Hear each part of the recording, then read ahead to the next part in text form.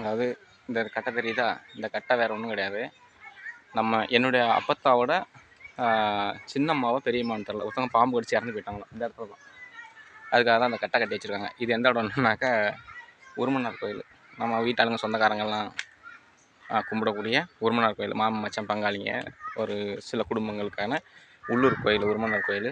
இந்த பின்னாடி இந்த கட்டை கட்டியிருக்கு இல்லையா, இது வந்து பாம்பு கடிச்சு விஷப்பாம்பு கடிச்சு தான் இறந்தது. அதனால தான் அந்த கட்டையை கட்டி வச்சுருக்காங்க பின்னாடி.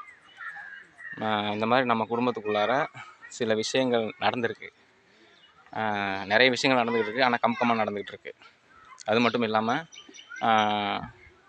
அதாவது எங்கள் தாத்தாவோட 3வது மனைவி பேர் ஆண்டாயி. இப்போ நான் பொண்ணு கட்டியிருக்கேன்ல, அவங்களோட சொந்தக்காரங்க ஒருத்தவங்க ஆண்டாள்னு சொல்லிட்டு இறந்து போயிட்டாங்க. அவங்களோட சொந்தக்காரங்க ஒரு வழியில் பாம்பு கடிச்சு இறந்து போயிருக்காங்க. அதாவது இங்கே ஏதோ நடந்துக்கிட்டு இருக்குது. ஆனால் என்னன்னு சரியாக கண்டுபிடிக்கிறது எனக்கு டைமாக இருக்குது. வேறு சில பிரச்சனைகள்லாம் நடந்துக்கிட்டு